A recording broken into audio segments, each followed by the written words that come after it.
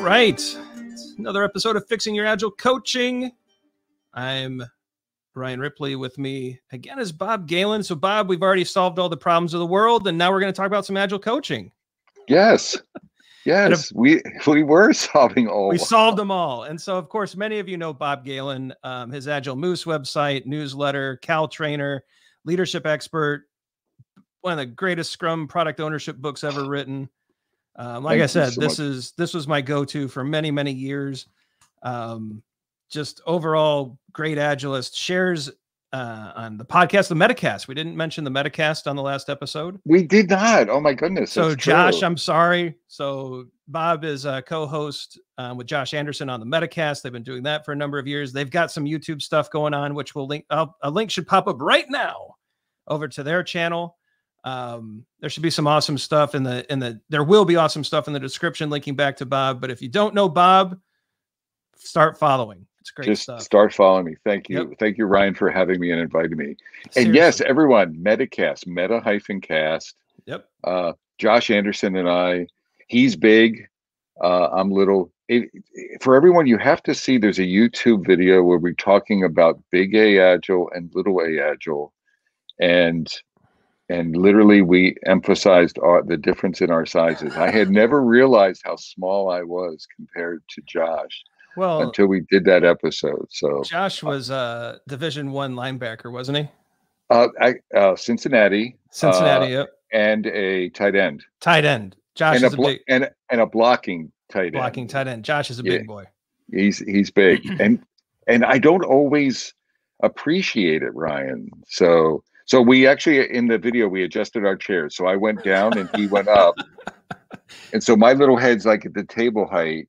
And I'm like looking up at my, I was like a munchkin looking up at like the Wizard of Oz or something. So you'll have to just look at that. And even when we're not, even when we're normal, it's like this. So I actually hurt my neck that day. I did.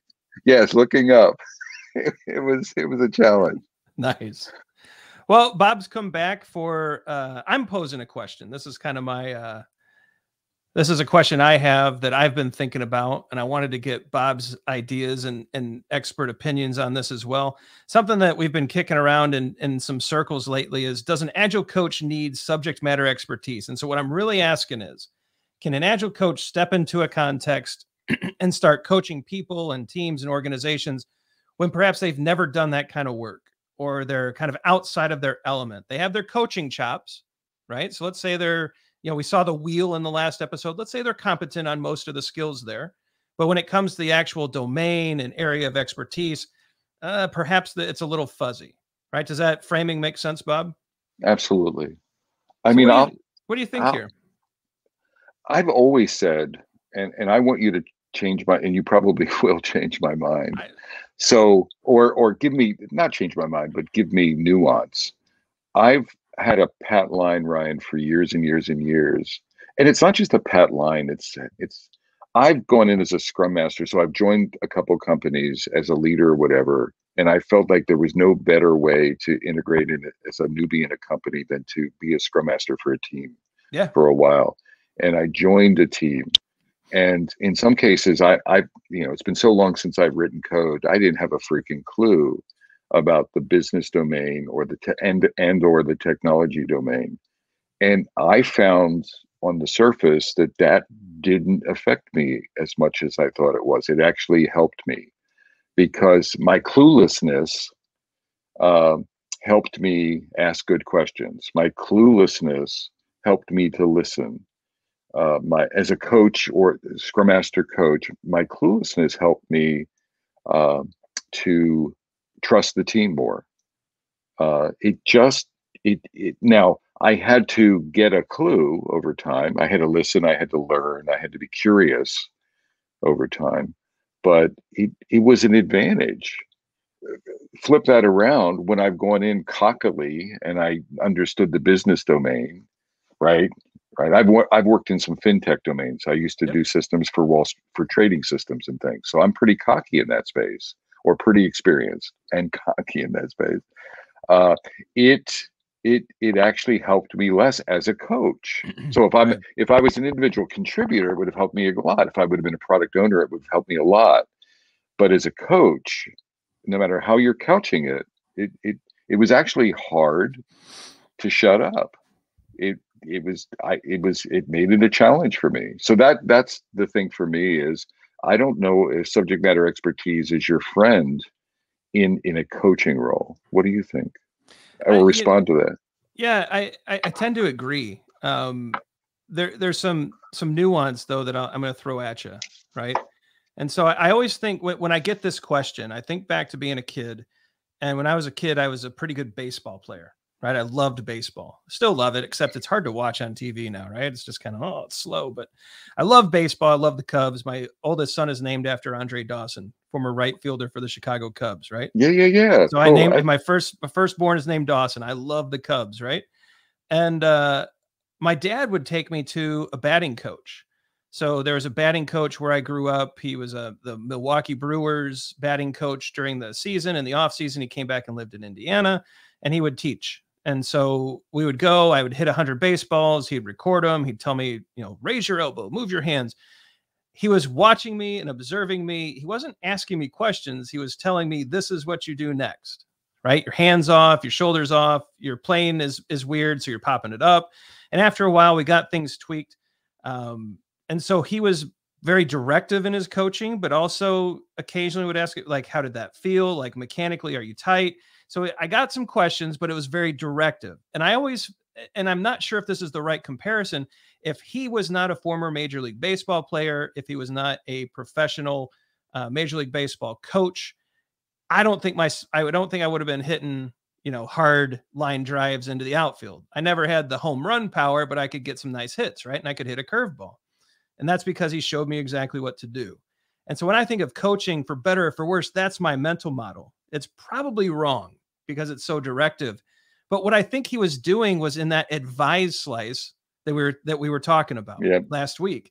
And so I think that the nuance I want to introduce here is if you're required to be in that advise space, you have a dummy like me who can't hit a curveball. Asking me powerful questions is not going to get us to me hitting a curveball. So you slide into that advise. That is the one stance where I think if you do not have that expertise, you might be in some trouble. Does that make sense? So I think it's dangerous. Yes, it makes sense. And I think it's dangerous to generalize those sports coaching metaphors or analogies with agile coaching in a general way. Yep. Let me bring it down to specifics. You technical coaches, like coding coaches, people who are teaching XP coaching, XP technical practices, and make that so that's your agile coach context with a client. I think that's more similar to what you were talking about with sports. Like show me. So it depends on your coaching. You and I were talking about advising stance. So let's say we're doing you've been in a leadership role, right? Yep. Roles. You're doing leadership coaching and someone is struggling with setting up an organization dynamics, right? I think in that case, you might activate that stance. Yep. So there's situational places depending on the style of coach you are or the type of coaching you're doing, where I think the sports metaphor does make sense, right? But even then, I think that person could have overdone it. All right, so now I'm going to take a walk on the wild side and see how you react. You grow up, you're starting to get more experienced. I hope that he starts asking you questions. Yes. About how did that feel? Yep. And what did you sense, Ryan? And Ryan, what would you do if you wanted to hit more line drives, opposite field line drives? What do you think you should do? Right. So yes, there's that advising stance, but now it's not just showing you what to do. It's engaging you because you're growing as well. What do you think? That's a fun nuance because now you've introduced maturity into this matrix, right? Right. And so as I got more competent as a batter, he would say, "Do you understand why you just popped this up?" And it's because I led with the foot and not the shoulder. And of course, so I dipped, and then the bat dipped slightly, and the angle was bad, and it popped up. And so he would start asking me questions. Do you understand why this just happened? Which is a great question. See, right? And that's not directing. Right. And it may be direct and then question. So the oscillation there is advising, right? And maybe teaching, Yep. advising, coaching, right? Teaching, advising, coaching. Now, when you were beginning, it could have been more Right. teaching, advising, teaching, advising. But I And like what I like, but I like where you go ahead. went though, is that you kind of shifted into leadership coaching. And what I Yep. have found is those who have not sat in the seat, I struggle with when they're Oh, trying to coach me. If they've never actually had the pressure of a board of directors or an executive vice president on your back and a team upset with you and all these, I had a hard time relating to that coach. Does that make sense? absolutely. I've coached some coaches, and I've I've experienced some coaches who are complaining about leaders, and that, they're not responding to their coaching, to their professional coaching, their death by 1,000 questions Yeah, yeah, coaching, yeah. right? And one of my next questions is, what are their goals? What pressures are they under? And they can't answer that. And I'm like, Right. oh, here's what I would like you to do. So I do, and they're like, oh, you mean I can't coach them if I haven't sat in their seat? I'm like, well, that Yeah. would be really nice to have that experience. But I said, if you don't have it, one thing you can do before you have the audacity to think that you can coach them is walk in their shoes for a couple of weeks and Please. put and follow them around and walk in their darn shoes. And I'm not joking. And invite you and go to a board meeting when they're getting hit about the freaking head with pressure, and think about that. And Amen. now put your empathy on, and Yep. now coach them. What would that change? And what does that change? Changes Uh, everything, right? and it changes everything. So experience is nice, but if you don't have it, and this goes back to, if you don't, that doesn't give you a license to just by default do something silly. Learn or get Yep. in their space. I think empathy is incredibly important for coaching. Empathy for again, one of the nice professional coaching things is we're there to serve the client, which is who we're coaching. And so it's not about us. It's not about our Right. skills. It's what stance do we have to adopt to serve the client? And part of that service is understanding the world. Like, I think we need to step and look at the world through their point of view. And depending on if we have the experience, we can do that. If we Yep. don't have the experience, then somehow figure out an innovative way to get that lens. Yeah, I totally agree. When I think about coaches like that, and I've met a few where I've provided some very similar advice, right? Go get some experience in the chair. If you can't get experience, shadow, partner, go with, see the pressure.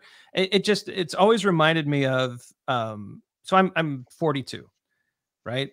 And I was recently, maybe the last year or two, talking to a 20-year-old life coach. They had cornered me. And they had asked me a few questions, and I'm like, wait a minute, you're 20.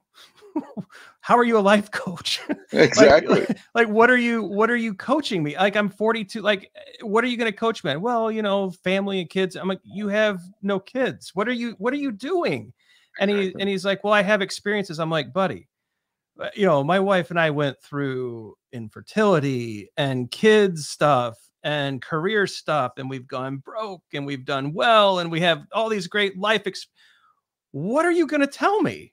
And he Right. just kind of looked at me with this blank stare. I'm like, buddy, you got to go live, build your family, learn the lessons, and then come back and tell the next generation what's up. Like, and I could be wrong here. There could be some amazing 20-year-old life coaches out there who are really mad at me right now, and I'm okay with that. But I think you got to go live a little bit, and then you can talk to people. Just as you got to find out, like you said, it's the empathy, but even the sympathy. I want you Yeah. to have some sympathy for that person. I want you, because I think that sympathy drives us to action, right? It's like, now I have to serve this person. I want to help this person. I want to meet their needs, because now I kind of get just how they're getting crushed. And the 20-year-old Absolutely. life coach can't do that for me at 42. And I think an agile coach who's never had the pressures of leadership, the pressures of a board coming down on you, I think that'll be a stretch. It's a challenge, right? I think so. Although there's a coach, I gave that advice to a coach in the Midwest, and he didn't like it. We were at dinner, and we had that confrontational. What are you saying? I'm doing this and you're me, telling was me, it? Like, no, another Midwest guy. Okay. no. But then it's a good story. It's a phoenix rising. It's Yeah. a wonderful story. So we had that discussion, and it wasn't easy. And I wasn't trying to coach him. We were having exactly what you and I are talking about. To his credit, what he did is he went to a client almost right afterwards, and he did some shadowing, and he had some epiphanies, and it really made a difference in his coaching and how he connects to the client. Like you can connect to the client and say, I have not been in your shoes. So the life coach, I'd say that life coach could coach you if they enter with humility. I mean, I'm not disagreeing with your point of experience, but what I'm saying is if they come in and, I'm a life coach, Ryan, you have so much richer experience than me. Can you, right? What I can bring to you is processes in coaching and listening skills. And maybe the newness of my view can help you, but I want to learn. Give me. I want to share. I don't want to assume that I can help you with, like I have your experience. So I love that. What can we do to partner to serve you? And this coach did that with his clients, and he came out with some epiphanies, and it changed his approach, and it changed his effectiveness with his clients. It's great. And I thought it changed him. So it's like, I think at the end, we didn't talk about it. So I may switch this conversation a little bit. I think one of the things I'm starting to discover, Ryan, the most important thing as a coach, maybe as a trainer too, is relationship first. Yeah. Like before we do anything, establish relationship. And that's actually following someone around, being empathetic. To me, that's parts of respect. And let me establish a relationship together. We're a partnership, but a relationship, and let's get to know each other. And I think if we do that, then that'll sort of fill in the blanks with the subject matter expertise. We can maybe be effective together. Now, I think I'm stretching it with a 20-year-old. I that's a pretty extreme example there. I know it was. I would have had real trouble if a 20-something is talking to me about life coaching. No, and a real good person, and I think they're going to be super effective, really good skill set. And it is extreme, and I'm being a little facetious with it. Yes.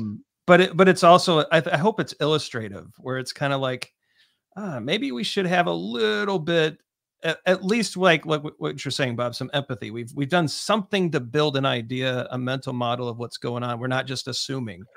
So let's be clear to that same coach and to a lot of coaches. And I'm like, I would strongly suggest you get some leadership experience. Yeah. So it doesn't have to be this company.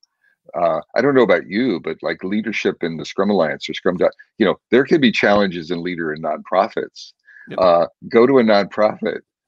Be a volunteer leader of a group. Go to a chapter, like go to a PMI chapter and become a member of the leadership team. Yeah. So I'm not saying it replaces the pressure of the board, but what I'm saying is don't have zero leadership chops and then coach leaders. Start finding, be humble, go find opportunities and gain the discovery of how hard it is and how challenging it is. Go coach your kids' little league team and deal with the parents, right? Yes, deal with the parents, yes. and that's All joking aside, yes. I'm 100% serious. I think that's a great idea. Right, do that. Let me give the converse, the kind of the opposite view here. As a Scrum Master, so if I'm called in, and every once in a while, I actually like being in the trenches. I miss it, so I'll take short-term assignments. I enjoy it. But one of the first things that happen is that they set me up in Jira, Rally, Azure DevOps. All the tools are great. So I'm not knocking any of them. They set me up in their tool, and then they give me an account in the software that's being built. And by the end of the day, I've worked with the DevOps teams to get both deactivated. I don't need to be in the tool to be an effective Scrum Master, and I don't need to be in the product. That's product owner. Product owner needs to know that. And so I am in a Scrum Master role, very surgical about where my lane is. Like I'm supposed to be an expert on Scrum and relationships and people and practice. And so I really am careful to watch those lines, right? And so, well, I just want to give that opposite kind of example too, where there are times where I totally unplug and I actually upfront state, I am not a subject matter expertise and you cannot approach me in that light when it comes to your product and your domain. All right. And I try to set those boundaries pretty clearly too. See, I'm going to react to that maybe badly or poorly to some degree. So I think we have to have curiosity. So yes, right. The domain experience, I'm not actually negating anything that we've said, but the one reaction I have is the curiosity reaction. Like I would be curious. I think it's good to be curious about the backlog. I mean, I'm an old, so I will do like a read only, but I'm not adding, I'm not editing, I'm not messing about in the tool, right? I definitely need to see it. Yep. See, I might say, I'm Bob. I've never, I know nothing about this story, but this one looks a little bit light on the acceptance criteria. Could you give it some thought? So again, it's curious. I'm not probably being too directive, but I may be interacting on them. I do think there's a fuzzy line. I get what you're saying. I think there's a curiosity-based fuzzy line, even in the coaching or whatever, where we don't want to be, we want to the degree that we have curiosity. Like, what I'm reacting to, Ryan Moore? I'm triggering on Jira. I'm triggering on stories. You with me? I'm triggering because I'm a product, I'm a kind of a product guy and kind of not a product guy. That's not my, if I go into a company, please, you don't want me right. Exactly. I'm not a product guy. but I'm not a product guy from the point of view of their domain. But there's a lane where there's gray area on the lane. And hopefully people see my enthusiasm and my passion and I'm helping. Yeah. And I think that's actually the reason I get passionate about it is that seems to make a difference with folks sometimes, some of my clients and things like that. Now I try to make sure that I'm not stepping too far out. If I step too far out of the lane, I'm doing damage to everyone, including myself. But well, and it could be that these are the boundaries that I've had to set to avoid that, right? I'd rather work with the team on, do we understand what done means and how can I facilitate that understanding instead of questioning their use of a test case in this way, in this instance. And if I don't put some blinders and some boundaries up, I get stuck. See, I like that. There's these curiosities. It's like doneness would be one for me. Where would be test cases would be an area where I would say you own, right? You own that. I think having solid boundaries, then some guardrails and maybe some gray area. Absolutely. Yeah. So I know myself and I'll start tinkering and not doing my job. So then I start doing damage, but yeah, I like this. So I don't know if we actually answered a definitive answer. I think this is a lot of it depends in context and nuance, but I think it's important, just like the last episode with Bob, maybe this is the theme of Bob's, I think this is the theme of a lot of your work. We've got to be introspective. We got to figure out where we're at, what we're doing, and what could work. But I think we also have to be super flexible in what we decide, right? Well, let's bring it back to the wheel and bring it back to the last episode. So question, does an Agile coach need subject matter expertise? Okay, we can't answer that. Let's go down the level. Does an Agile coach operating and advising to a leadership client? They probably need some expertise in a certain area to be more effective. How they use it is they need to be careful in how they use it. Does an Agile coach operating in mentoring skill, and do they need to know when to say I can't, which is our boundary conditions? Like if someone asks me, please help me with pair coding or implementation of Agile test-driven design. Right. TDD. Yep. That would be a case where I'm going to know, right? So go around the wheel. So I think the Agile coach is too general, is my point. It's too general. What you want to do is, and the wheel is a nice vehicle for this, step down a level and ask yourself, what style or what type of Agile coaching am I going to do? And what's the client need context? And then maybe talk about the expertise. What do you think about that? It's a great use of I think it's a great way to use the wheel, right? So if I'm facilitating and it's a decision about something that the developers are experts in. No, I don't need subject matter expertise. I need to have great facilitation skills to simplify the decision, right? Yep. I like that a lot. Walk the wheel, think about the situations, think about what the client needs. And I think what you're going to find is there's very few areas on the wheel that actually require subject matter expertise. I think there's a couple. Well, the Agile Lean. Yep. Right. That Agile Lean, and by definition, it's much deeper and much richer there. And that's what your example was. If I'm in that space, definition of done, that's going to be in that space. Kanban, that's going to be in that space, right? And just so people don't get frustrated, I'll bring the wheel back up just for a minute. And if you're listening somewhere on a podcast, I'm sorry, you won't be able to see this.